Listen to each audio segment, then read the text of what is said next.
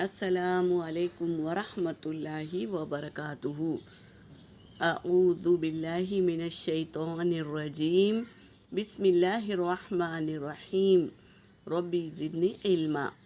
آج ہم حدیث لیں گے سیدہ عائشہ رضی اللہ عنہما سے مروی ہے کہ سیدہ عائشہ رضی اللہ عنہا سے مروی ہے کہ رسول صلی اللہ علیہ وسلم اپنے گھر والوں میں سے کسی کو بیماری سے اللہ کی پناہ میں دیتے، یعنی دم کرتے تو اس کے جسم پر اپنا دایاں ہاتھ مبارک پھیرتے اور درج ذیل کلمات پڑھتے۔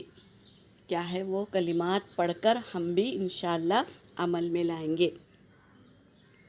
اللہم رب الناس اذہب البأس یشفی انت الشافی لا شفاء الا شفاؤک لا شفاء الا شفاؤک شفاء لا یغادر سقما شفاء لا یغادر سقما۔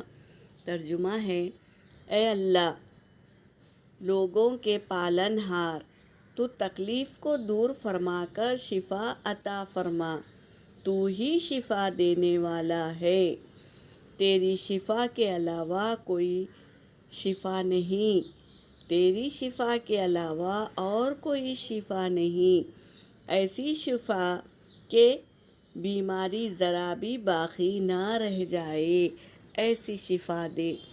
تو ایسے بہترین کلمات ہم پڑھیں گے تو اللہ ضرور ہمیں شفا عطا فرمائیں گے، تو اسے یاد کریے اور عمل میں لائیں۔ یہاں پر میرا سبق ہو گیا۔ وآخر الدعوانا ان الحمد للہ رب العالمین۔